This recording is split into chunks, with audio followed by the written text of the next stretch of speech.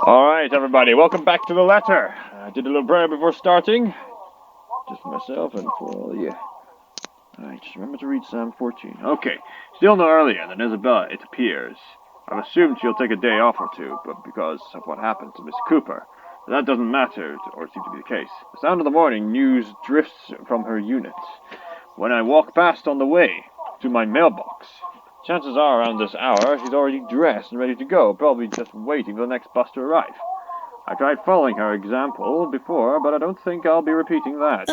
Really? How can anyone be up before the sun is up? They do it with great effort, or depending on their shifts. I know some people who actually take night shifts. They could be just getting to bed before the sun goes up. That's how much their night shift goes. Anyway, like clockwork, as always, 4 p.m., either to help with the chores or prepare her for little siblings for school. It surprised for me for the first time, but just didn't look like she was someone who could. In the end, I simply passed it off as one of the many things anyone will be able to get or used to around her. Not that I'll ever fully understand that. It's my parents' only child, we aren't well off, but so far, I've led a relatively easy life. I didn't have to think about bills or food for the next day, or paying for any siblings' tuition on top of my own, or supporting a sick father's medication. All I have to worry about were my grades, if I'd gain Mum and Dad's approval, or what we'd be having for dinner. When put next to hers, they all pale in comparison. They look less like problems and more like petty issues this way. Petty issues? Petty issues, yes. Alright, mailbox. Whoever sent this, obviously very spendy. Must be the lovely Miss Wright, Hannah Wright. Looking at the signature. Yeah, it looks fancy. Ridiculous, really. How do you define ridiculous? They used this letter back in the days when it wasn't considered ridiculous. Just ridiculous for your standards. You must be very picky with your letters. I was afraid to touch it myself. Oh. Alright, here we go. Opening the letter. Letter, so many letters. Nothing new then. Mr. Alistair and Mrs. Elisa Gales. Her parents. This year's in the academe naturally brought it with various connections. People from other fields. Art, science, business, politics, you name it. This one, though, gives off a much more personal vibe. Letters like this usually come from old students, people who've grown fond of my parents. Sorry, I've got a drink here. And they in turn treat children as their own. I've only met a few of them, but most have moved on, become successfully in their chosen careers. And one thing, I do be happy for Mum and Dad.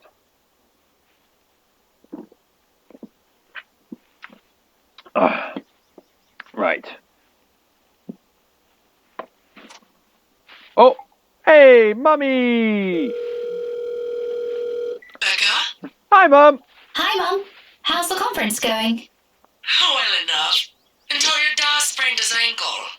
Oh no, is it bad? I'm alright. In case anyone in this family cares to listen, I'm alright. Very much alive, darling. And there you have it. He'll be up and walking in a few weeks, don't worry. We're going to have to extend our stay here until it heals, though. Is something the matter? Nothing big.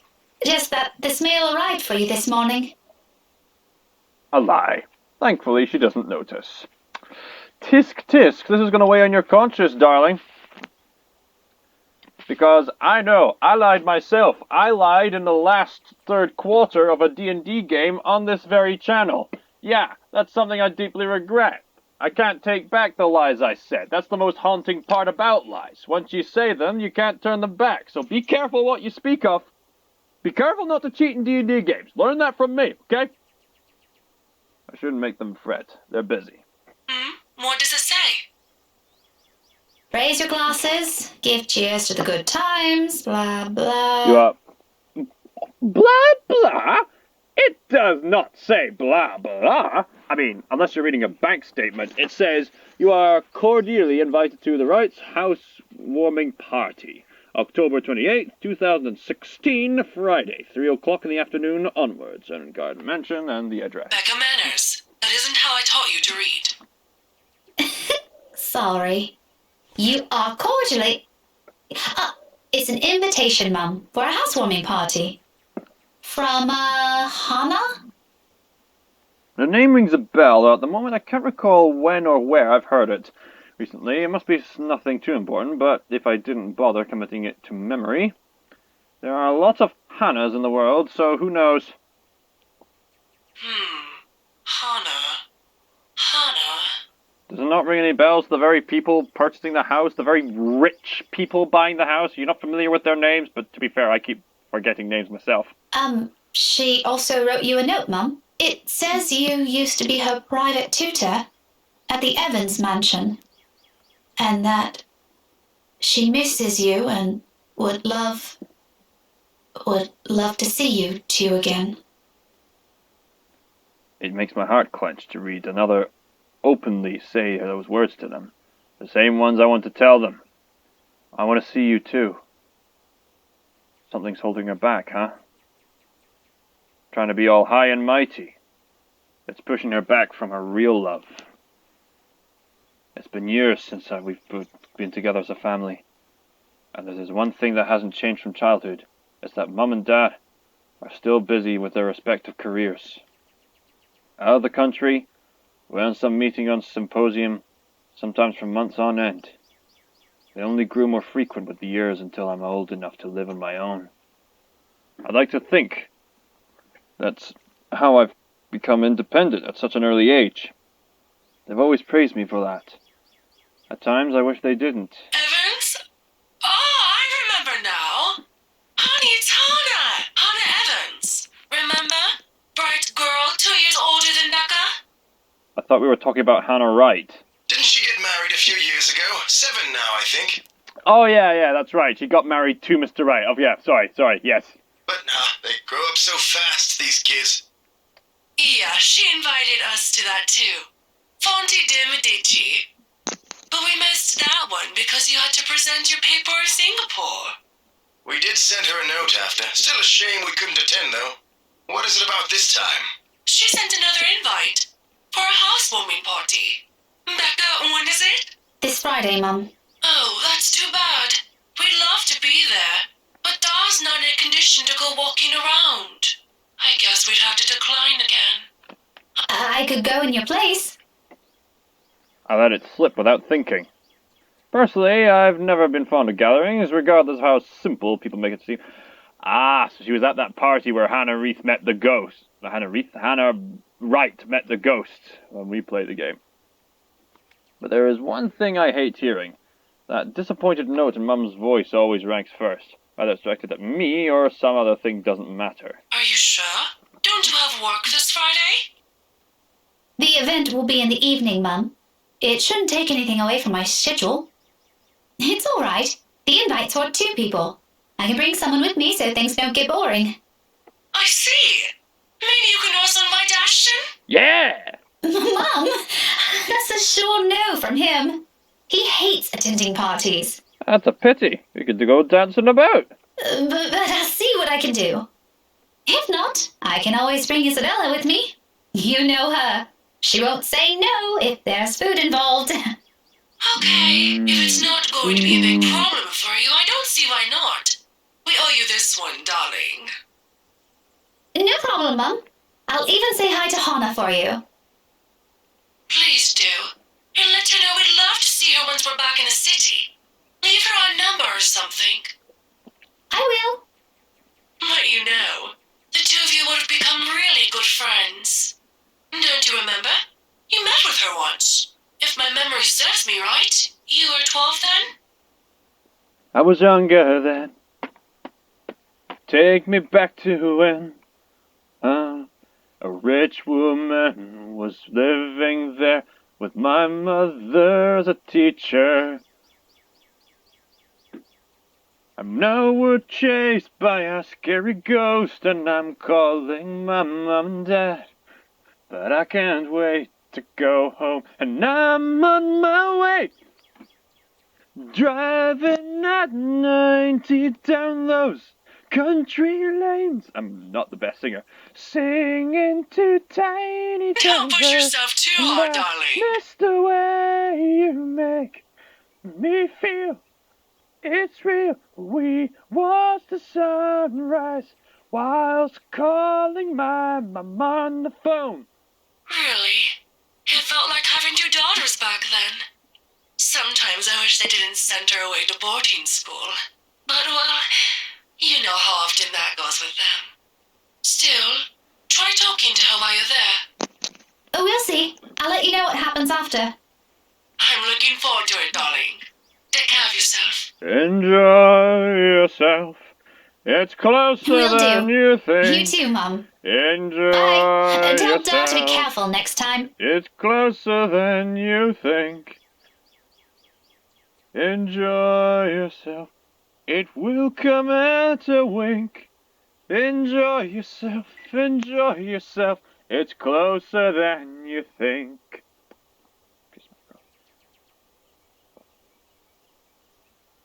Alright. Blah blah blah blah blah blah blah blah blah blah blah blah blah blah blah blah blah. 15 minutes later, I'm heading back out. Dressed for the day, my car keys in hand. Was she outside in her pajamas? Ordinarily, I don't stop for anything. There's never a need to. That's the beauty of this apartment complex. It's quiet. Everyone keeps to themselves. No useless platitudes in the morning. No need to wear a smile on your face, lest other people are noisy enough to ask. Today, however, morning broadcast will play from Isabella's room. The brisk pace slows to a stop, and a frown gradually forms in my place. She hasn't left. Of course, this isn't unusual. There are times when I've left earlier, like she did, like last Friday, before their open house. But those days are few and far between. It only happens in the direct circumstances, though the last part of that might be a bit of an exaggeration. However, with what's happened in the last few days, maybe today is one. The death of a friend isn't something anyone can brush off, and for someone like Isabella's the kind who gets attached to people easily. With Zachary, Ashton, and I, that has been the case. I can't imagine what she might have been going through right now, especially when the woman was someone she owed a lot, despite their training being brief. I've given her the space last night in deference, but perhaps today might be the proper time to check on her. Oh, whatever. I've still got time anyway. With light steps, I move closer to the door, hand already poised to knock. Still, I don't do so much as I hear her answer me. Isabella? Belle? Are you in there? No answer. After a second, I finally knock, lightly so I don't disturb her, in case she's sleeping or has merely left the telly running last night. Never mind. How she never lets that happen ever. Waste of electricity and all. I just want to check on you before I leave. Is that okay? Are you going to work today? Belle? Still nothing. I'm about to leave. If you want, I can drop you off.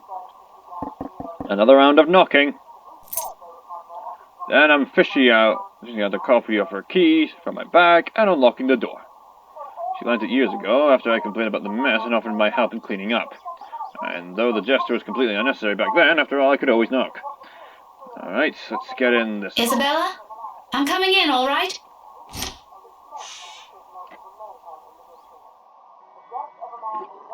Still a mess. There we are. All good friends. Oh, look at us hugging together. Oh, look at our family.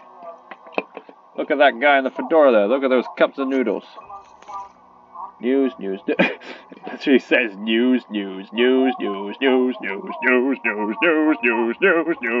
news. Wonderful news. Shut up! Anyway, sorry. That's exactly what I just pointed out, except from the papers and stuff like that. You know, my desk as of right now is not any better myself. At least I have books and my own DS and other stuff I just keep around on my desk. I'm no better at this myself. I'm terrible at this sort of thing. I don't know how I'll be able to keep things tidy when I'm living on my own eventually. This is given a much. Will always be a given. I've been here several times already. I still wonder how she can function like a human being with a place in this state. However, that's neither here nor there.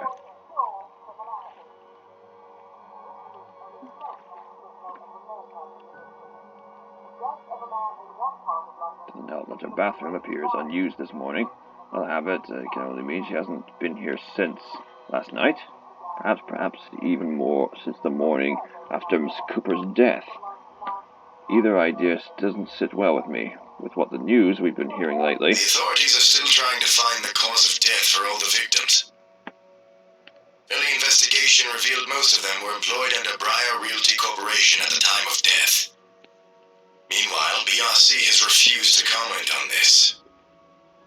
Because journalism just loves to shut out the truth.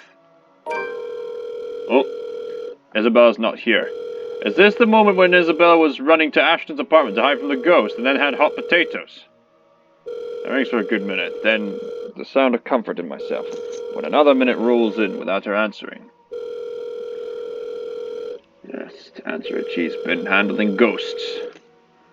Another woman prone to panicking, sudden bouts of temper, maybe, but never panic, despite how I may sound when speaking. And deep breaths.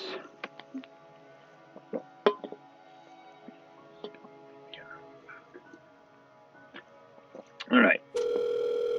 Let's try Ashton.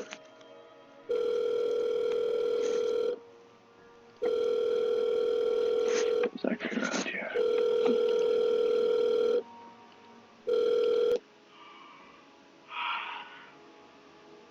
Good morning, Ashton. Never did grow fond of the mornings. Becca? Christ, what time is it? That's blasphemy. What's up? Not you, apparently. Good one. Did you call us early just to make that joke? I'm going back to sleep. No, Ash, hold on. This is important. Becca, stakeout last night. Make this quick. I've still got a few hours before the chief bothers me. Sorry, I'll let you go back to sleep after. It's just that... Wait, you were on a stakeout last night?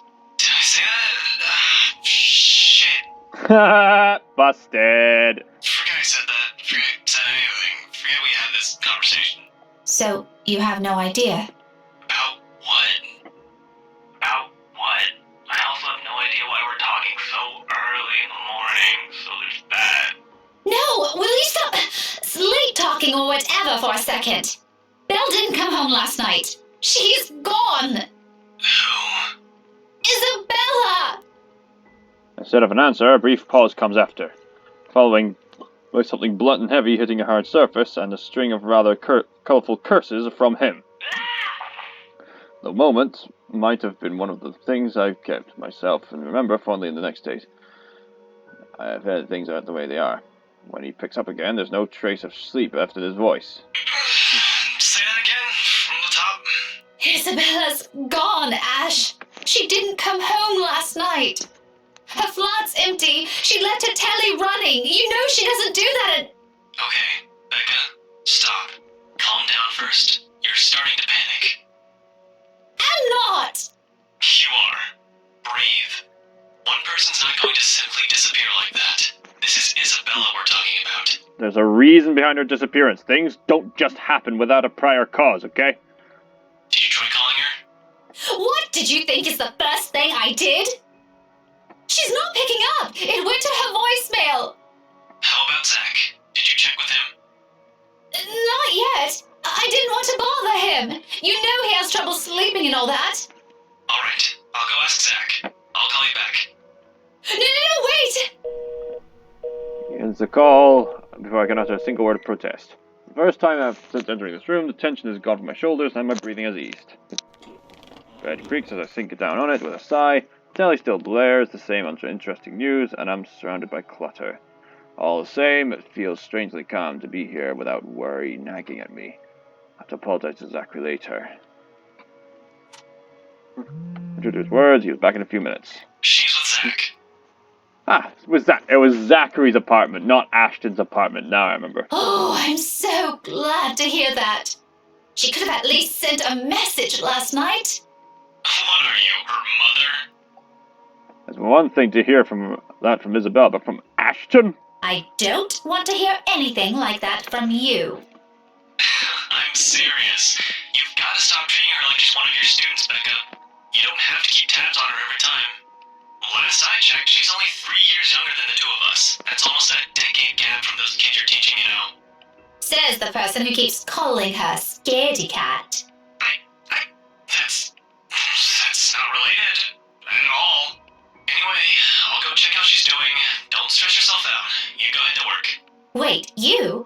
Don't you have a precinct to be at? Whatever happened to not treating her like one of my students? Because if anyone's going to ask me, I think you're doing the same thing. Zach said it's an emergency. Something happened last night. Emergency? He didn't put in those exact same words, but it sounded like it. Ash, what really happened? Is Isabella fine? She's alright. She's safe. Zach let her stay the night after she... Look, okay. Z-Man wasn't clear about it, but let me handle this. I'll check on her. I'll bring her home. It sounds like a lie, if I've ever heard one. The sort where he omits things so people won't fret, but I'm not sure whether I should be happy he cares that much to do that. There shouldn't be a need for this between us. We grew up together, didn't we? He knows I'm capable of at least hearing out the truth without it gnawing at me for the rest of the day. He knows me better than that. I know him better than that. Frankly, there's plenty of things to say about this. But despite and after all the trouble he went through, and with how things are moving at the moment, only one thought occurs to me.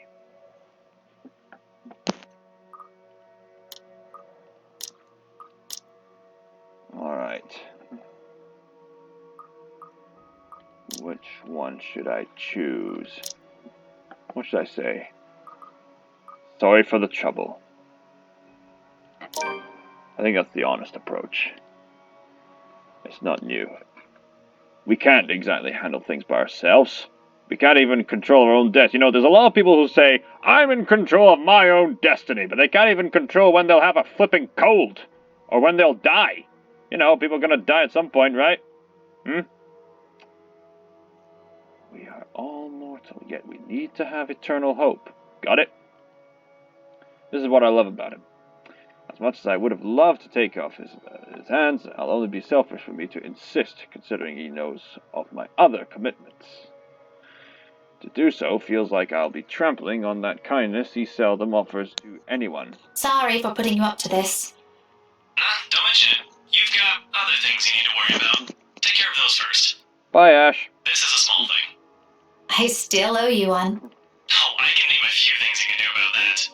You know, there's this ice cream shop that opened near the movie house. I could use. Okay, let's stop right there. That's enough. On second thought, maybe I'll just think about it some other time. Harsh.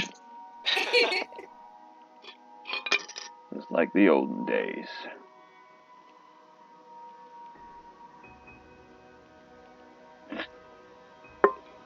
Really, thanks for this, Ash. I'll let you know what happened afterwards. I promise. I'll call you later. You have a good day. Bye. Bye. Alright. Are those real faces?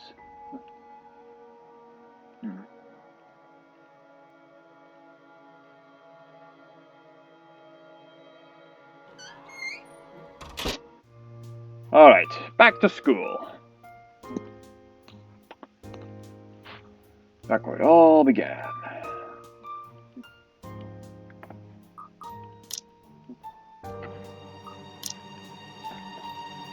Alright. So, pondering life, thinking about death, thinking about the rumors of the ghost. Blah-de-blah-de-blah. No, that's got nothing with what I heard. You always hear stuff.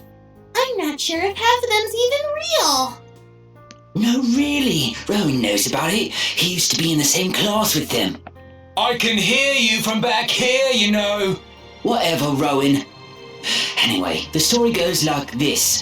There were 3 of them. They entered the mansion on a dare, and they were all never seen again. Playing as Marianne, I think I can answer what happened to them. We saw a videotape, and then the ghost basically said, Hey, look what kind of prank I did on the people who tried to do it as a dare. and then they recorded themselves, the ghost appeared, and the ghost killed all of them. All 3 of them. No one knows what happened to them. Up to this day. They died. We know what happened to them. Scary shit, man. Yeah, they passed on, and after getting killed by a ghost. Cock and bull story. Calling it now. No, you don't get it. Why don't you ask Miss Gales then? Better yet, why don't you go inside the place? I'm betting my allowance you can't do it. Oh. Their talk immediately halts when I look up, all of them suddenly pretending to be engrossed in their current activity. Still a word to put a stopper to this nonsense is needed. Creativity and imagination, fostered by these stories is one thing, but reckless ideas, potentially tragic, comes from it. Back to your worksheets, everyone. And I don't want to hear any talk of dares or going inside that mansion. It's private property now. From the rich people. You'd all better stay away from it before... Oh, at the noise, a whole lot of them go silent. You can almost hear a pin drop. The look in their faces would have made it for a funny picture, but that's irrelevant at the moment. But this is a student loitering around. Someone's going to be in trouble. I'll be back. If you're done, you can leave your worksheets on my desk. Understand? Since I don't see any students here, I wash my hands of this madness. Keep the noise to a minimum while I'm gone, okay? I can sense their eyes on me as I walk out the door, and they're going to talk as they walk out, as high schools usually do. Just kind of anticipate. Okay, it's just dawned on me that this is a high school, because the little child we saw is probably in the first year of the high school days, right? Class is still in session in most of the rooms. There's no mannequins at the moment. Alright. Who is it? Alright. Who is it?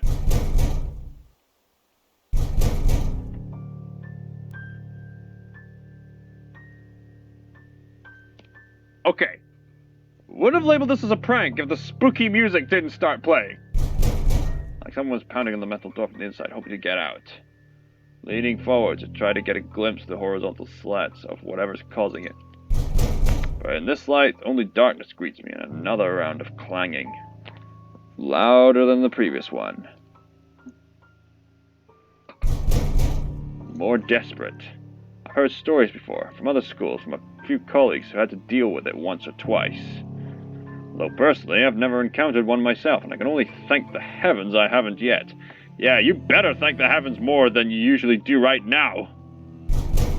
But If this is another kid some other student stuffed in a locker...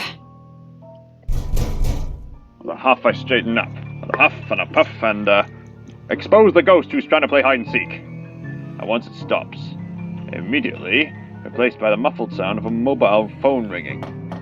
I give the door a few raps before making my attention away. A second, another. When nothing or no one responds, I finally avert my eyes and pull out my mobile. Where's the key to that locker? Ah, it's Ash. Hey, Becca. Well, you sound happy.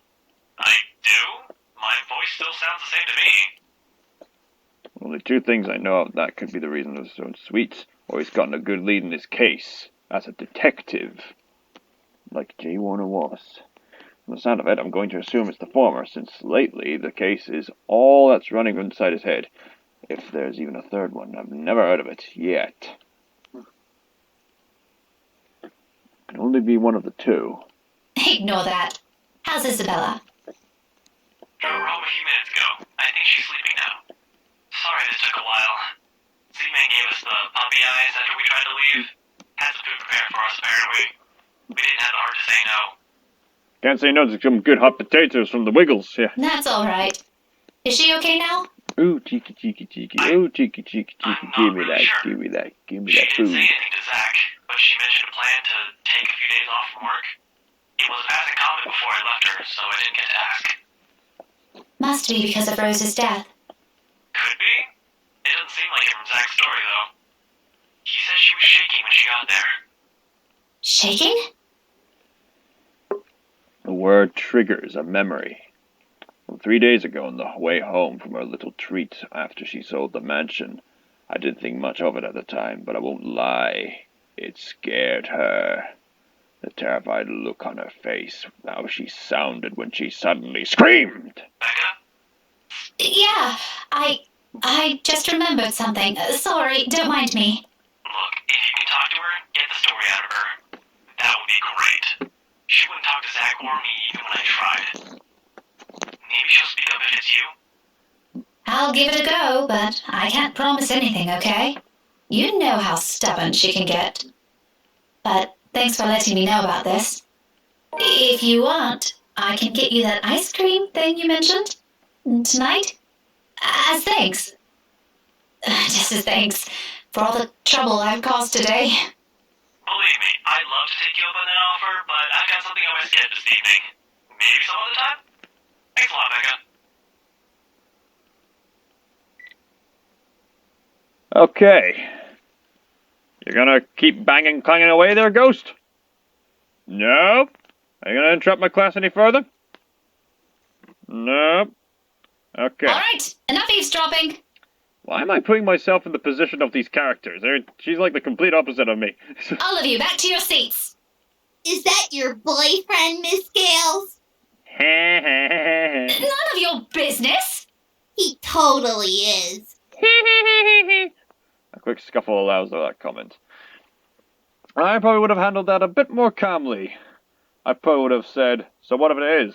What's that significant to your classroom? And then I'd probably say something along the lines of, alright, so what if do you have a girlfriend around here?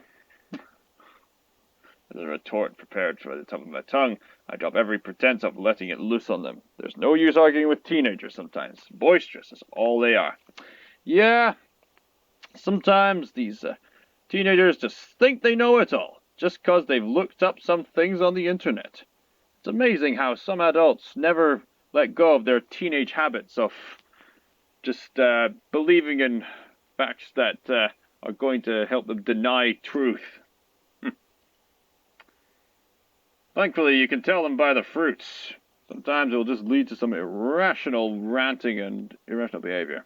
I've seen people who are more lenient to truth tend to be more calm and methodical.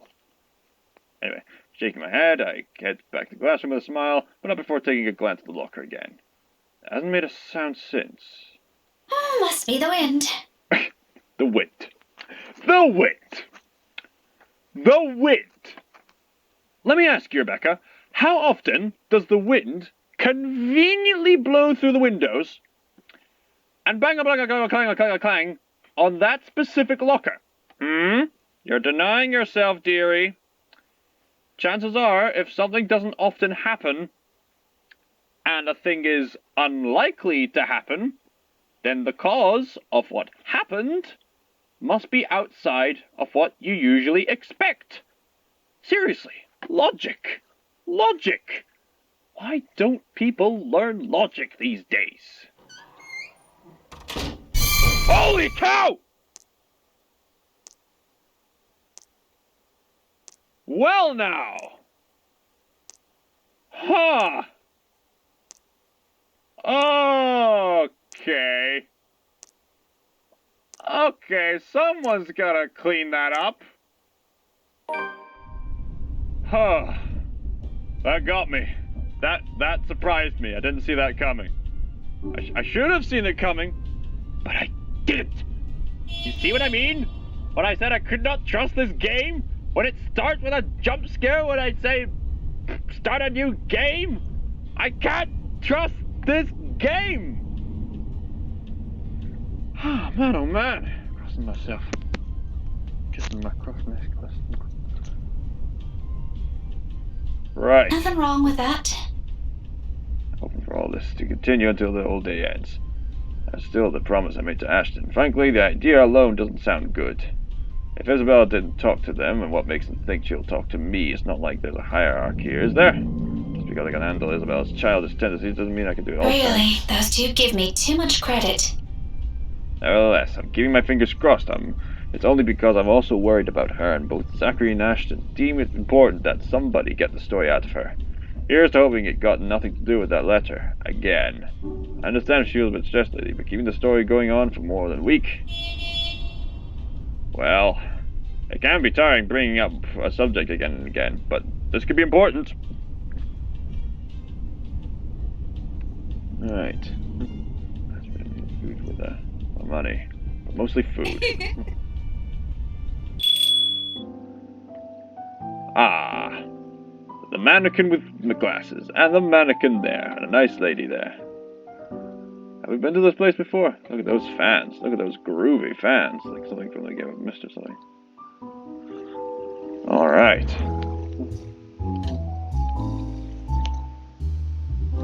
Alright. Lucky there isn't one tonight. Only people are idling around the counter. 4 of them, in fact. A woman in her 60s and a teenager busy with his phone. Both are just waiting to be served by their orders. Oh, the other 2, a posh-looking man and a child who I immediately recognize as Kylie, appear to have not yet picked anything they want. For some reason, my stare lingers at the guy. Though dressed relatively well and looks harmless, I haven't seen him around these parts before. Someone new in the neighborhood, perhaps? Even so, there's something familiar to him. It feels like I've seen him somewhere before. It also begs the question of why Kylie is with them. Of course, the girl easily takes a liking to anyone who buys her sweets, so it's both a bit worrisome and unsurprising. The blonde bloke doesn't look particularly thrilled with the company, though. Turn my eyes away from them soon enough once the guy at the counter appears ready to take my order. That, and I'd also hate to be accused of ogling strangers. Ogling? Ogling? Can someone comment how to pronounce that word? I've never heard or seen that word before. Sorry. 2, evening special, takeout. He's already punching the order before I even finish. Saying my order out loud is really more formality's sake and made out of habit. It has known Isabella and I long enough that even if we were to drop by here, he already knows it's always because I'm buying dinner for the 2 of us. And there's books here. I rarely visit here alone, if I can help it. But Isabella can sometimes be a bad influence. He gives me a great smile. Let's check the branching tree.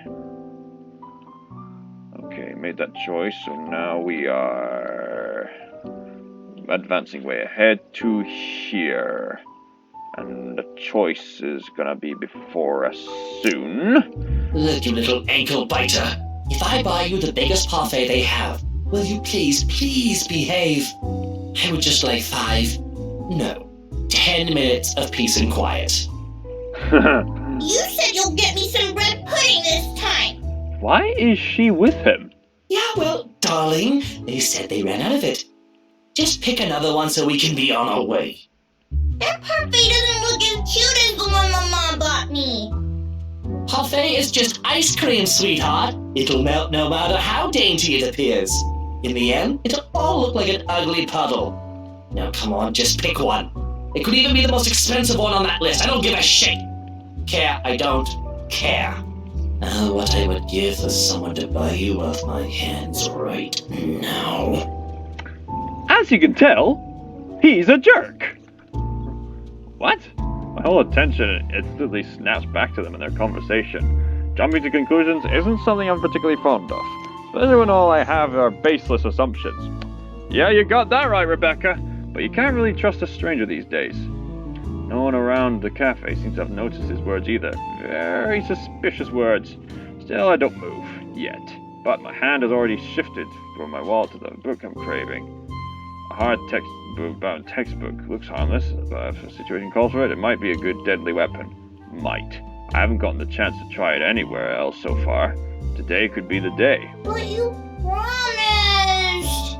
Look, if you don't want a parfait, how about a Bonifay pie? I'm sure it'll taste just as good as any other bread pudding. I'll even buy you the entire tray. How does that sound? That's not what you said before. Well, sweetheart, adults change their minds sometimes. You said if I come with you, you'll buy me a bread pudding, and I did, and now you won't keep your promise. I want to go home. I miss my mom. No, darling, if I remember correctly, and I have a good memory, honey. What I said was, if you come quietly with me, I might buy you one. Might. The quiet part didn't happen. Though now that I'm sober, I think this is a bad idea. I should just ship you someplace else for that peace and quiet. Oh, that's it. No hesitation. In a few paces, he's within my reach, and without warning, I'm slamming the flat area of the book against his skull. There's a cry of pain, following by him instantly crouching down, hands nursing the sore spot. Almost comically, as if this were a different situation, and the safety of a St. Goretti student isn't at stake. I'll probably feel sorry for him.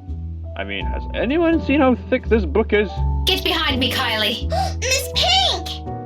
It's amusing how fast her expression changes from the pouty one earlier to something of that of utter delight upon setting me.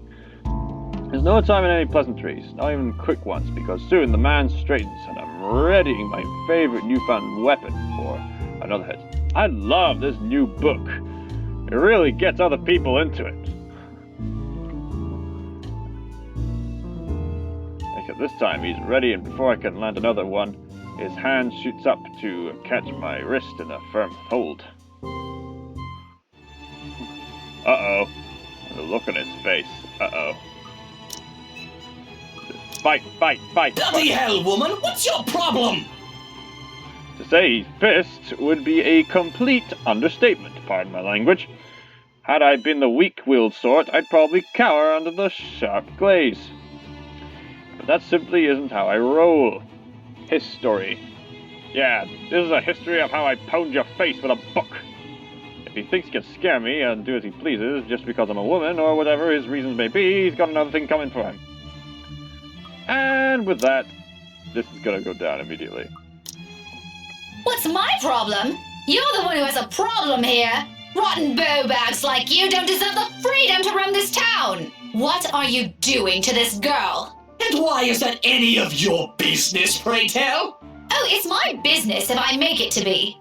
Now, release me or I'll call the police. Oh, you think that scares me, Daisy? Entitled Kidnapper. I have a name, you sleazy douchebag. Oh, I'm sure. Now she's just called him Sleazy Douche. His grip on my hands only tightens when I attempt to shake it off. His tone may be dripping with anger and sarcasm, but the gleam in his eyes says it all. He's getting a kick out of this. Riling people up, getting on their nerves, invading their personal space. He knows exactly which and what buttons to push to just... Urgh. The nerve of this person. The nerve of this arsehole. Pardon my language. If he thinks I'm going to give in to this goading, please, might as well just kiss this sorry behind. Alright, in fact, why not do the most sensible thing right now? Teach him a tough lesson, huh? Shout for help. Hit him where it hurts. No, hitting him will only make it worse. Shout for help. Let me go, you uncouth lout. Yeah, confidence. Or else what? I'll scream. A laugh. A derisive thing that rankles at my temper more than it has any right to. As if he knows I can't do anything, or he's above my authority that exists in the city, confident he can get away with anything. The gall of this man. I'd like to punch him right now if I can. Nice try, lady. Why don't you drop the book first? You could kill people with that, you know. Fat chance. Oh no, that attitude won't do, Daisy. Here, let's try that again, like the proper adults we both are. Drop the bloody fucking book. Real mature. And then what? If you're assuming I'm... Then we'll have a nice conversation over a cuppa. Establish why you're attacking a poor, innocent stranger with a deadly weapon. Define innocent, please. And maybe weave in an apology or two for the offended party afterwards. I'm the offended party here, by the way. My brain hasn't returned to its rightful place yet, in case you're wondering. Still drunk, of course. Innocent. Don't play dumb. I heard what you were trying to do with that girl. Yeah, my thoughts exactly. Just because she isn't my student yet doesn't mean I don't have a role in protecting that child's innocence. Protecting the what of who? Why would you... Oh no. In the span of a second, the expression of his face changes faster than anyone is capable of. From pure confusion to sudden realization, before finally deciding on a face of utter mortification, got him. He's quick to drop his hold on my hand afterwards, like he's been holding a piping hot object and just realized it's in his hands all along.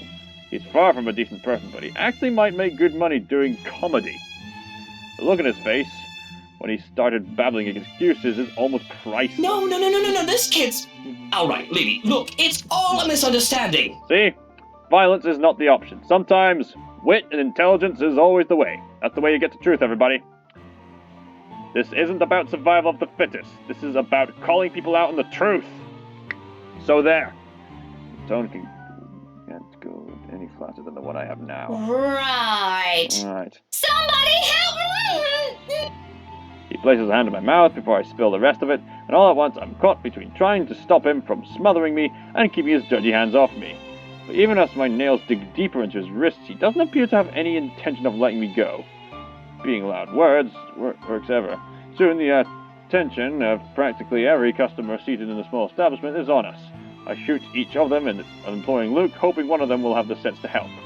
The sleaze, however, is fast enough to flash them all an embarrassing smile. Haha! This lady's having such a bad day! Poor girl's just been through so much today! Bastard. Nothing to see here. Go on with your dinner. Really? Bad day. Even if this were a friendly chat, I won't even touch you with a 10-foot pole, much less share any of our problems with you, Blighter. You're my problem. I want to blurt it out with a hand covering my mouth and my lungs rapidly losing air. I bite down on his hand. Youch! Hard. It worked. Ow. He yowls, jerks his hand away from my face, stepping back as he the distance, and words are not working from mouth. Tears have formed at the corner of his eyes from the pain, and a small laughter almost leaves me. To be frank, he gives the impression of a kicked puppy with the glare he shoots me. A puppy I'm less inclined to feel sorry about. You mad woman! I warned you, you ass! Why, this is harassment, I'm telling you! Harassment! Then why don't you tell that to the police once they get here, You despicable! Whatever you're assuming I am, I'll have you know it's all in your head. None of it's true. You best have that pretty brain of yours checked before that gets worse. What is wrong with you? Is this the face of someone who'd do anything suspicious? Oh? You don't think a stranger luring an innocent child with promises of sweets before whisking them away from their parents doesn't warrant any suspicion? You have a very funny definition of suspicious, asshole. Maybe you're the one who should have that head of yours checked. The kid asked me to buy her sweets. You're the one who's suspicious here. I'll have you know, I have a wife. That much at least appears to have a sliver of truth to it. A sliver of truth, rather. He even makes a show of brandishing his left hand in my face with much flourish. Sure enough, a wedding ring is there, though all that earned him is an unimpressed glare from me. Immediately, a small part of me starts to feel sorry for whatever poor woman married this sod. I don't understand why he has to bring her up either, as if the mention of her alone will magically present a solution to this problem. She must truly be a remarkable woman if she can handle a dirtbag like him. It takes real good character to handle someone like him. And even my wife of all people in this bloody city, has never, I'm telling you, accused me of such a scandalous thing! You crazy woman! Married or not, you're still a sleaze. Honestly, I feel... Miss Pink, why are you fighting with my Kneale? Oh! Whatever words still left to be said here dies in my tongue. Tio. The same thing goes for the sleaze. It takes the innocence of children to get people to stop fighting. Love it. Besides us stands Kylie, gawking at us with that same curious stare she often brings with her. I know that look too well. A precocious child, through and through. She doesn't say anything further. Her gaze simply moves between us, eyeing us both carefully, clearly anticipating an answer. From my experience, when it gets like this with children her age, it's a sure sign they won't leave you until you've gotten them an answer they're satisfied with. Lying won't do either. It has evolved into a shouting match for her. And did she just say Tio? Something falls straight to the pit of my stomach at that. But my tone is gentle when I finally address her, void of any apprehension. I what might be the first hints of embarrassment. I pointedly ignore the latter. It can very well just be the hunger speaking. Kylie, sweetie, do you know this oaf? Yeah, he's Kneale. Right at the moment, my brain stops. Every line of thought, every argument I still have against the man beside me dissipates in a haze.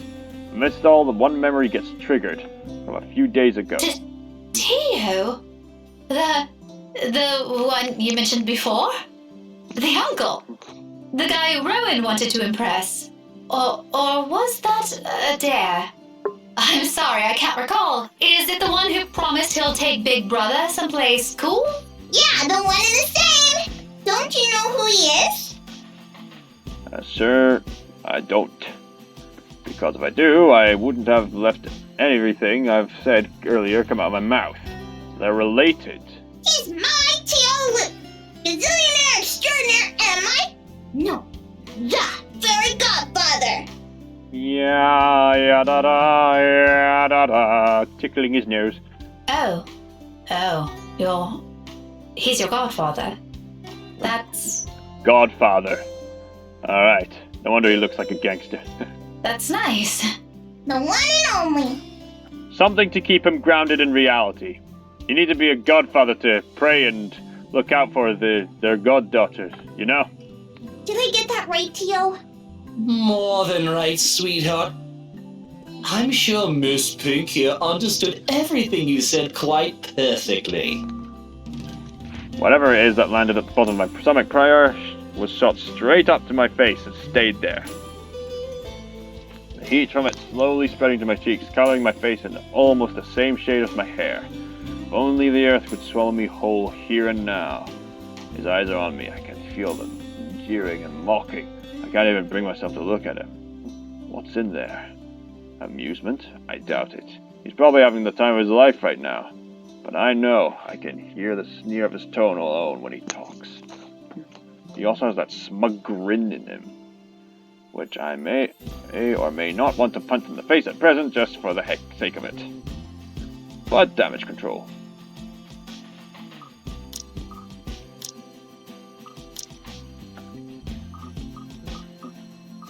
Oh, do I have to...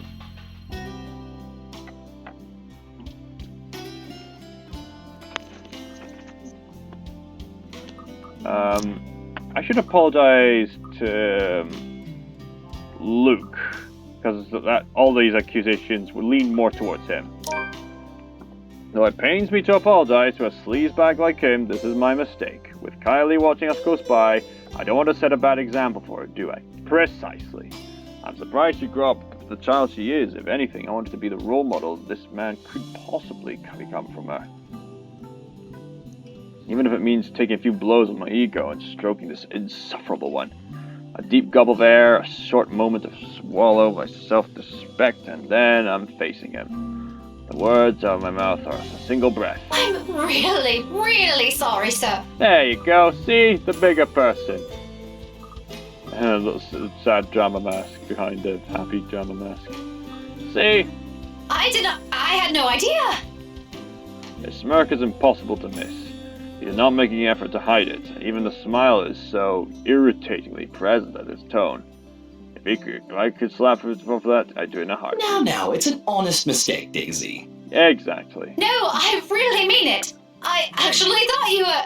It's fine now. It probably happens quite a lot to a few people who look suspicious to you. Seems I'm one of them now. But don't lose sleep over it. Do be careful with that book, though. A little more and you would have dislodged my poor brain off my head. What would I ever do if that happens? Oh no! Did it leave a mark or anything? Oh, now she cares. If you want, we can have it checked. I'll handle the expenses if there's a need for it. Now, what kind of man would I be if I let an attractive woman such as yourself do that? Why don't we just look at it this way? My forgiveness is coming from the utter goodness of my heart. Aw, he has a heart. So full of himself. Exactly the kind of person I'll happily leave to die in a ditch somewhere. Of course, sir. Why didn't I think of it that way? Alright, so that's gonna lead to there, right? I know, right?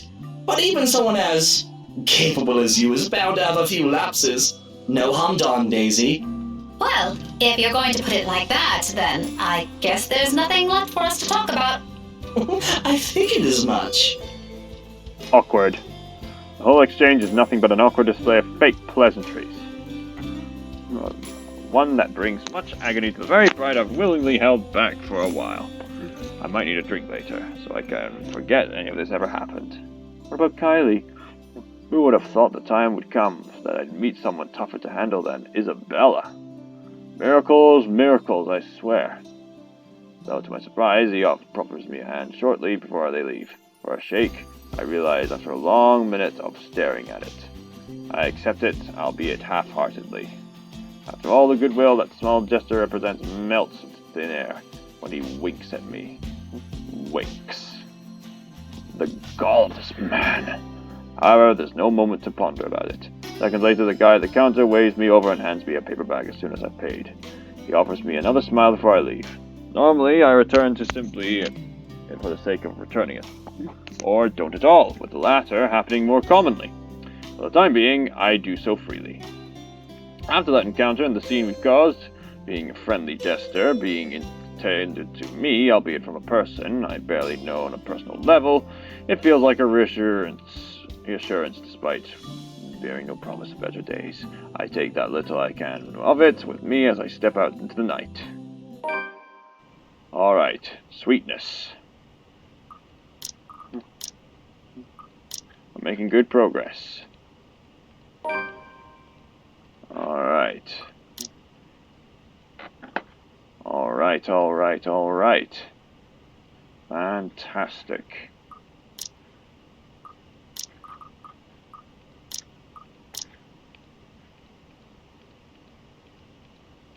We're doing good. Hey girl! Luke is giving that ghost girl a ride. She looks surprisingly calm. She's like, hey girl, hey supernatural ghosty girl, you want to ride? The spooky music's not even playing yet. Sorry, I actually find this kind of funny. Yo, ghosty girl, hop on in. You want to ride? I can take y'all to wherever it is y'all want to haunt. Come on, girl. If you want, here's my number. Sorry. Sorry, after all I've been through, this is so funny. This is the idea that Luke's being a taxi cab rider for a ghost, and she's this horrifying ghost. Now she kind of looks like she's going through something mundane. Sorry, this is legitimately funny. Beside him, it must be his wife. Sorry, that was funny.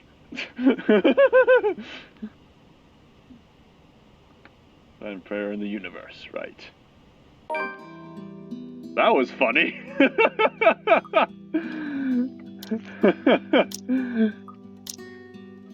Yeah, I think that's a good note to end. I'll end this episode right here. Scott Meyer signing out.